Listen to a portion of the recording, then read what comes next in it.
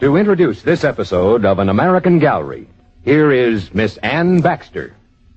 History shows us that innovation is very often an invitation to adversity.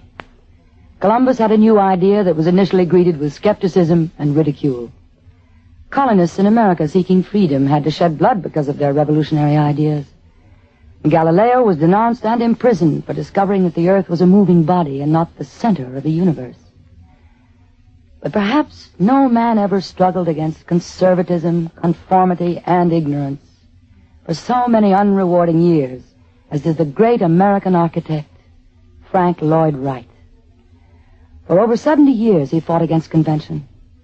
His architectural triumphs during that time were hailed by a mere handful of visionary people, while world opinion as a whole, and American opinion in particular, continued to decry his contributions and ignore his genius.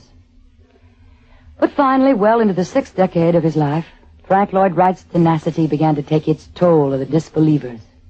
The pendulum swung. His innovations began to be accepted, and the foundation was laid for his ideas to become the most widely copied concepts of building since man first piled stones together to resist the wind. Now, what you're going to hear are only a few moments in the 92 years of Frank Lloyd Wright's life, but they may have been the most significant.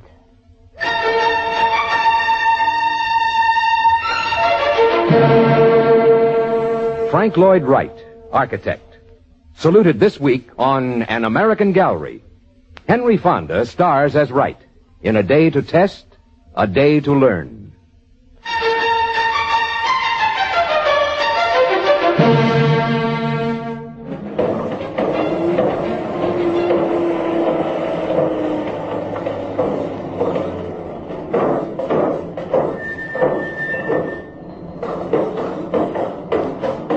Thanks for the lift, buddy.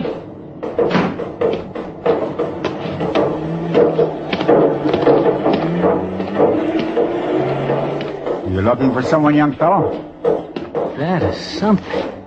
That is really something. Something good or something bad? There's never been another home like it. We call it a home, not a house. Because it's meant to be lived in, not just occupied. Can't you see that, mister? You like half a sandwich? Oh, yeah, I sure would, mister. Well, my dad always says if we're going to survive this depression, we better not look any gift horses in the mouth. Thanks. Good. You looking for work? Oh, not exactly. I'm looking for Mr. Wright. Frank Lloyd Wright. He's the architect. What for? Well, I want to study with him. He's got this place in Wisconsin. Taliesin, he calls it. He lives there and has all these student architects living on the property. Gee, would you look at it? Oh, old man Kaufman sure must be happy. He's the man who commissioned Wright to build his home. I hitchhiked all the way from Providence just to see Falling Water. That's the name of the place. I see. Would you look how it just seems to grow out of that rock? How it's almost as though nature planted it here in the middle of the waterfall and the trees. What's your name, son? Jason Janders. Everyone calls me JJ. You know, mister, a house like this can put Bear Run, Pennsylvania on the map. I mean, who ever heard of this place Bear Run before? So, you want to apprentice with Wright? More than anything. There's some coffee in a thermos, JJ. Oh, thanks. I wonder why they stopped. Well, they've just got that last section of scaffolding to tear down. Ben, what's the problem? Is that Ben Wilczek, the contractor? Yes. Hey, you could probably point out Mr. Wright to me. We have the usual skeptics in the construction crew. All they have to do is tear down that last scaffolding. Well, to do that, they have to go under that concrete cantilever. They decided the whole thing would collapse on them. Where does it end, Ben? When do they learn? Get me an axe. Well, you're not... An axe, Ben. Coming up. JJ, you think the cantilever will collapse? Not if it's engineered right. And if there's anything Mr. Wright knows, it's engineering. I'd bet my life on it. That's my job. One axe. Thanks. Hey, that guy's going to chop down the scaffolding himself. Are you a friend of his? No. Say, I want to get closer and watch. Let's go. All right, you cowards. You skeptics. You conformists. You followers of tradition.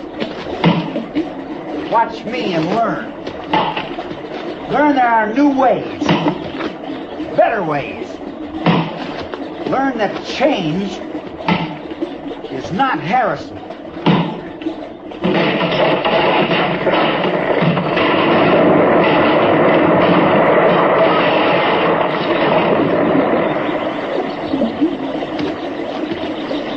Now, if you're still afraid, I'll carry out this lumber piece by piece. Oh, we'll get it. We'll get it. All right, then get to it.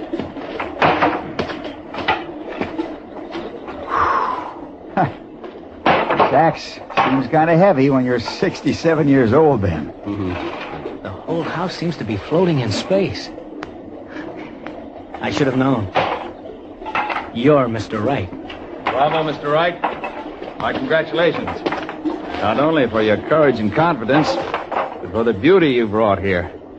Like yourself, I'm also from Wisconsin. Racine, to be exact. The name's Herbert Johnson. Maybe it's because the name is so common that I want an uncommon building for my company. I came here to convince myself that you were the man to design it. And my little display of courage convinced you? Mr. Wright, I deal in a product that brings beauty to the home, wax. Seems to me our home offices should symbolize the kind of beauty we try to sell. I'll think about it. Right. Like most people in these Depression years, you need money. You spent $3,500 on coal last year alone just to keep Taliesin heated. You're very thorough, Johnson. But I've always preferred luxuries to necessities. If you make the commission a necessity to Forgive me. It's a necessity to me. Let it be a luxury to you. I'll contact you in Racine.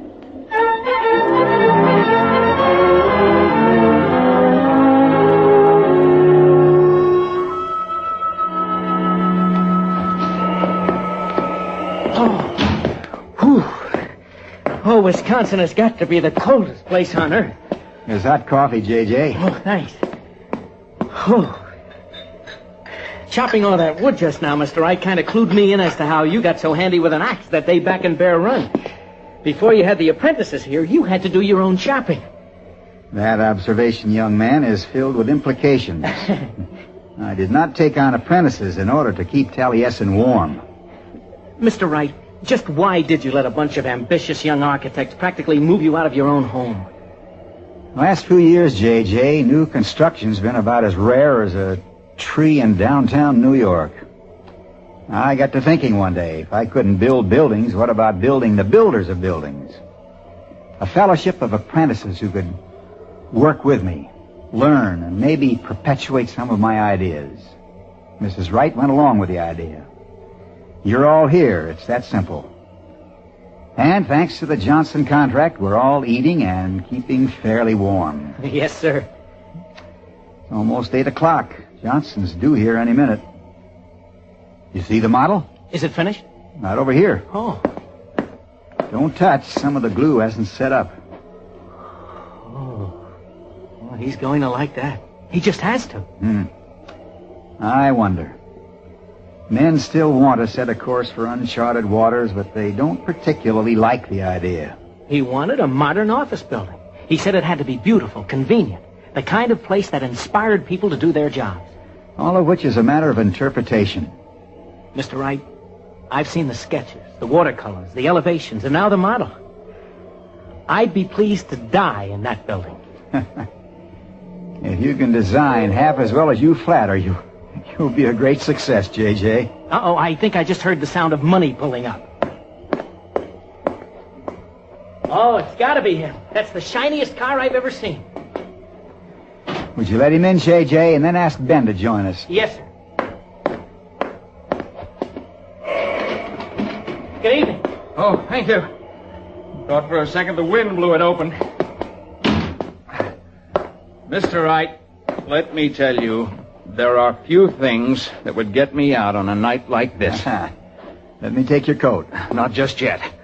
I want to thaw out a little. Ben Wilczek will be joining us in just a minute. Well, where is it? Right there.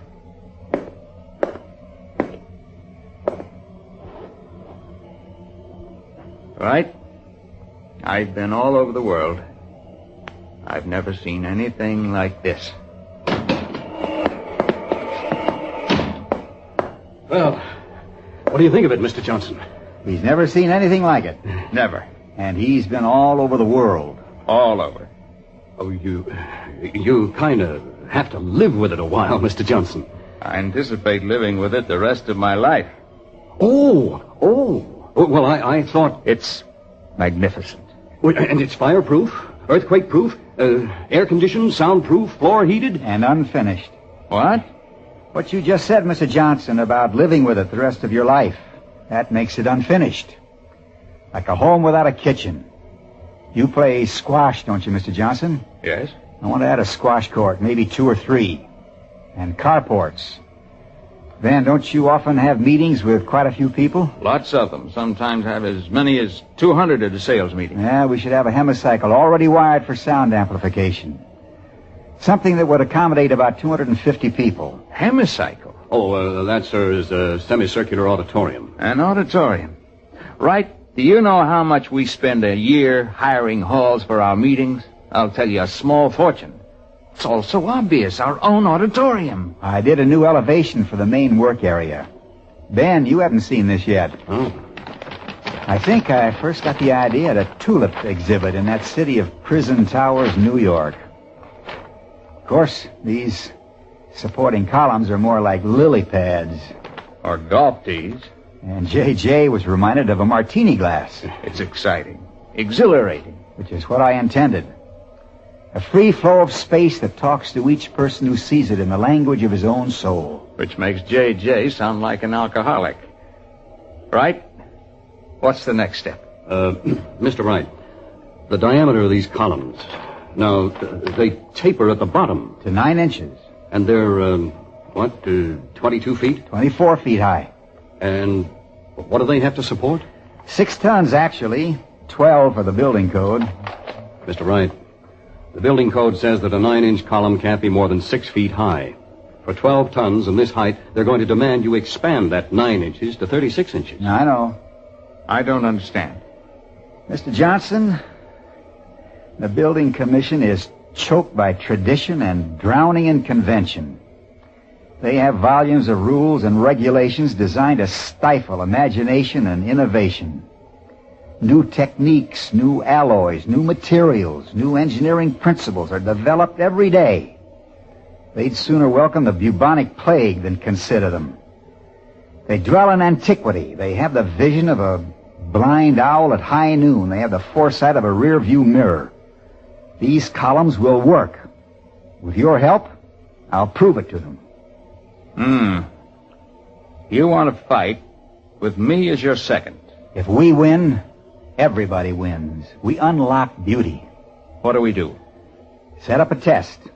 I'll build a sample column. We'll pile 12 tons, more on it. Will it hold? Ben? Are you figuring on a core of steel mesh reinforcements? Yes. Agitating the concrete while it's poured? Yes. Well, will it work? Ben? I don't know. But I know this, Mr. Johnson. Our mutual friend here is an authentic genius when it comes to materials and engineering. If he says it'll work, it will. Mr. Johnson, the space within is the reality of the building. Thicken those columns, we lose the reality. You once told me if you designed my building, I'd become very involved. I didn't understand you then. I do now. We fight.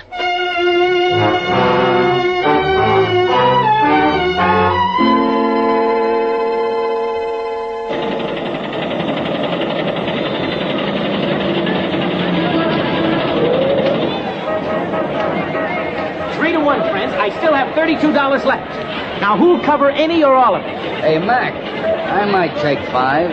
You say that skinny column is going to hold 12 tons of the pig iron and cement bags they're putting on top of it? $15 for your 5, friend, if it doesn't. You got yourself a bet, kid. Would you like to make it interesting? Yeah, go on. Now, I'm offering 2-to-1 that says the column will hold twice what the building commission requires. 24 tons. 24 tons? Uh-huh. Kid, construction's my racket. You're either nuts or one of those philanthropists.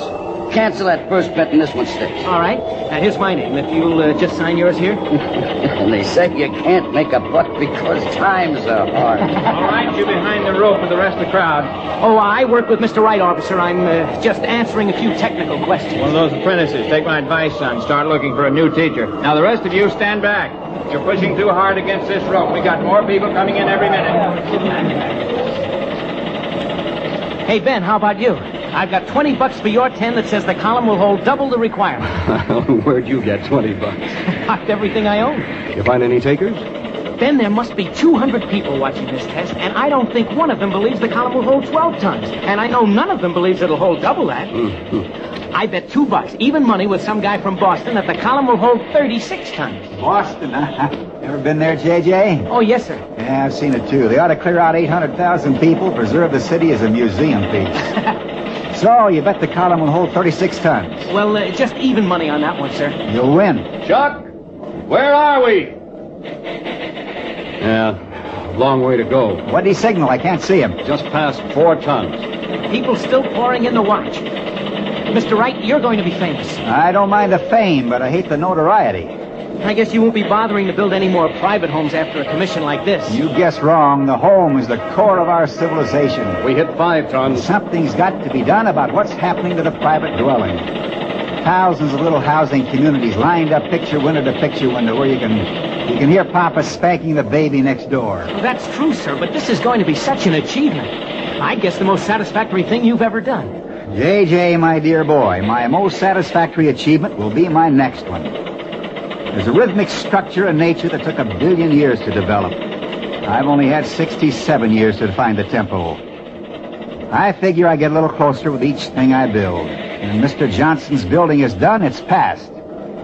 We have to be through with the past. Keep aiming for the better things of life. That last drop made it 7 tons. Ben, how many tons of scrap have we got here? 40 in all. You're going to 40 tons, sir? Well, since we've attracted so much attention, let's make a real show out of it. Ben, send out for another 20 tons. If you're going to keep your mouth hanging open, you should get your teeth fixed. Well, that'll be 60 tons, Mr. Wright. Yes, only 60 because I made one foolish mistake. The platform on the top isn't big enough to hold more than 60 tons. Chuck signaled again. 9 tons. 3 more and we're home. The rest will be sheer exhibitionism, something I'm not averse to.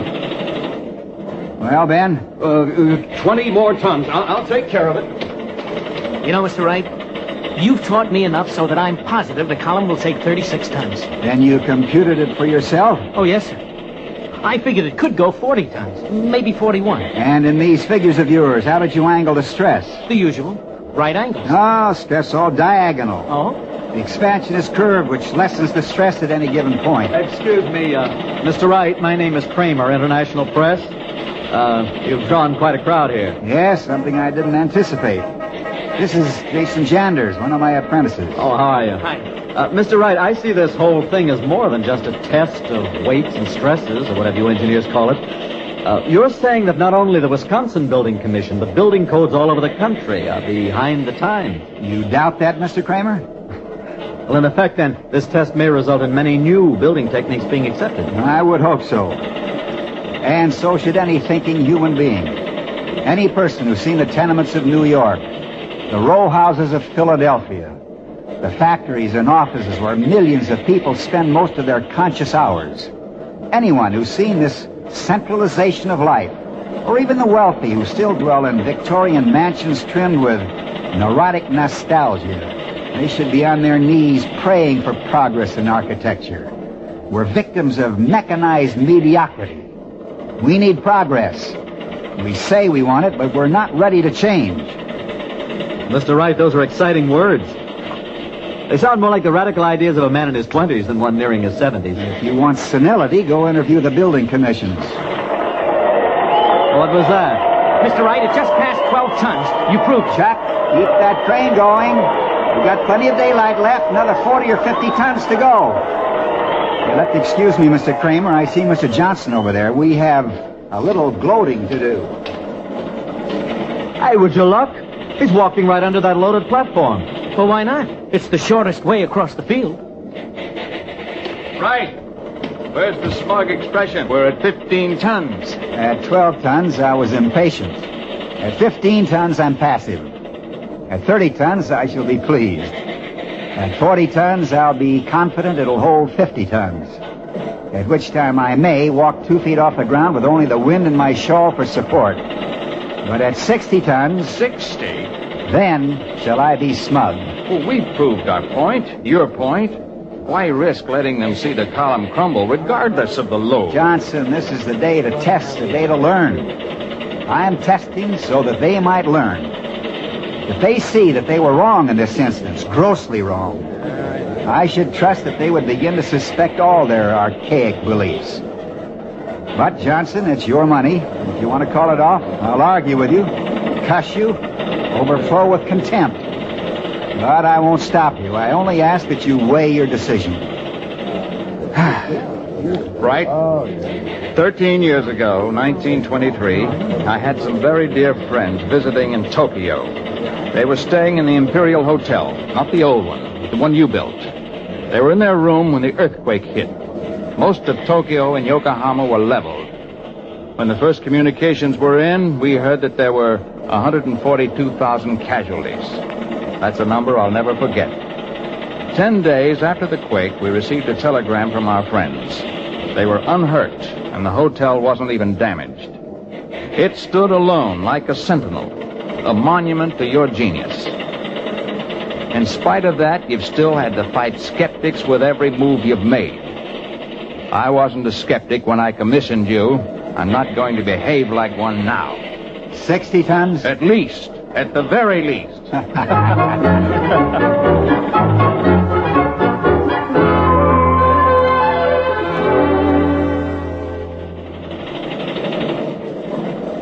Nearly 59 tons. One more and the safety factor will be 10 to 1. Oh, and I didn't even give odds that good on a $2 bet. Mr. Wright? Mr. Wright, I'd like to congratulate you. Thank you, Kramer. Are you stopping at 60 tons? Yes, there isn't room to put more on that platform if I wanted to. Well, Mr. Johnson, do you anticipate any problems with the building commission now? I've already talked to some of them. The building's going up exactly as Mr. Wright designed it. We just passed 59 tons. Well, since I'm now as convinced as you all are that the column will support the full 60 tons, I better get to town and start writing my story. I'll be there when you dedicate the building. Mr. Wright, take a look through these binoculars. See some cracks, do you? I think so. There should be several by now, but the shaft isn't broken. Yes, I see 1, 2, possibly a third. Less than half a ton to go. It's incredible. Like piling a mountain on a toothpick. Speaking of toothpicks, sir, dinner's on me tonight. Best place in town. Collect on all your bets, J.J.? I figure I've made my very first dollar as an architect. The next one may not be as easy. Just 6 cement sacks left. That's only 480 pounds to go. Well, J.J., we've lost a day of work at Taliesin. You think you've learned anything here? Oh, yes, sir, I have. You've said more than once that conventional training plays only a small part in the making of an architect. I always agreed with that. But today, I found out why. 320 pounds left. And I realized something else, sir. To really learn about something... 240 pounds. We have to be inspired. Chuck, dump everything that's left on this drop. We'll have special opening day ceremonies. What? For the building. Everyone invited. I'll have tour guides the whole first week. Indefinitely. I want the world to see this right. And you can start thinking about a research building for us. That comes next.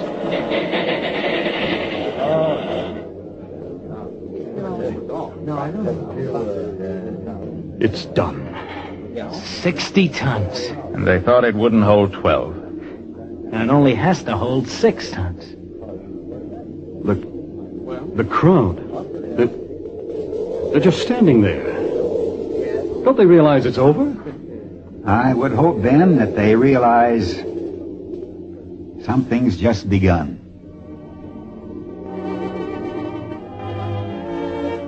Today, this reporter walked in the shadow of a miracle and stood in the presence of genius. Frank Lloyd Wright is an architect and engineer. His poetic skill fashioned a slender, tapered column stronger than any ever known to man. It remained standing under an incredible burden. All that crumbled were the stodgy concepts of men without vision. It is not only possible but probable that today saw the beginning of a facelift that will alter the appearance of the world around us. Wright says that modern architecture is young architecture. The joy of youth must develop it. His own philosophy proves him ageless. His work will prove him timeless. With him to guide us, the joy of youth can be forever captured in glass, steel, brick, and concrete. He strode about the field today, his shawl catching the wind, his pork pie hat rimming his silver hair, like some apocryphal figure who belonged in Alice's Wonderland. Or perhaps his genius will give America a wonderland all its own.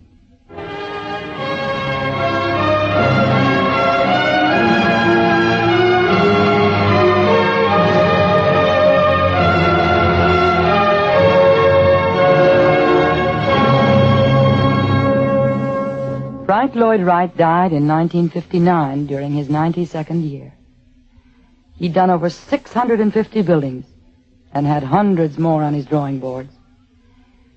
There's an inscription on a wall at Taliesin that reads, "What a man does, that he has." Of course, what he did, we also have. He often told his apprentices that a genius is simply a man who has an eye to see into nature, not look at it. A man with a heart to feel nature, and a man with the boldness to follow nature. To dare to have, as he called it, honest arrogance, not hypocritical humility. He gave me something even more special, an indelible and very personal memory. Because, you see, I'm fortunate enough to be Frank Lloyd Wright's granddaughter.